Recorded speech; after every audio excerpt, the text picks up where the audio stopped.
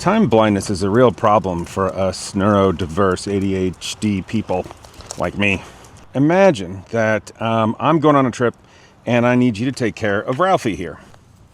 Come on. Woo! I'm going to be gone for 2 weeks. Thank you very much for helping me. I'll pay you $500.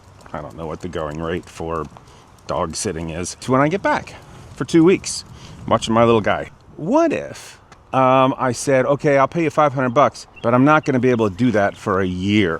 What happens to your motivation when the time changes for I'll pay you when I get back to I'll pay you in a year?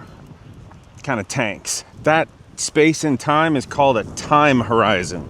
So for us, if something is due in a week, it can feel like a year because that perception of time is completely different. And that can really mess with your motivation because just like, you know, working with Ralphie here, if I'm not going to pay you for a year, then it doesn't really motivate you to go do the thing you say you want to do. Oh, okay, we're going to stop? No, we're not going to stop?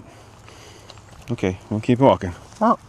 We're all good and aware of the consequences of not doing the thing. It's just that our perception of how long that thing is away is different. It doesn't really exist. So, for example, one of the things that I say that I want to do is I have a daily step goal. And setting an alarm, putting in my planner, planning my today, making a to-do list, listening to a motivational grind it out fitness instructor.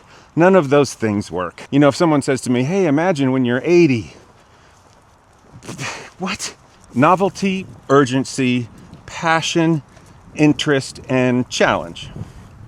Those are the motivators for us neurodivergent folks. He's just got to sniff all the things. I use Ralph's, where is he? There he is. I use Ralph's urgency to walk to help get me out. He has an urgent need. I gotta go outside. I'm not saying go get a dog to solve all your problems, although dogs solve a lot of problems. What I am saying is if you've tried all the neurotypical things like getting a planner, using a to-do list, scheduling your day, setting alarms, those are all good things for neurotypical people. And that's all great. You've figured out what doesn't work. Yippee! Car. Try some of the motivators that typically work for us neurodivergent folks. See if you can stack a habit on another habit. But you kind of have to dig around and sort through it until you figure out what works for you. And it may work for a while, and you have to change tactics. That's okay too.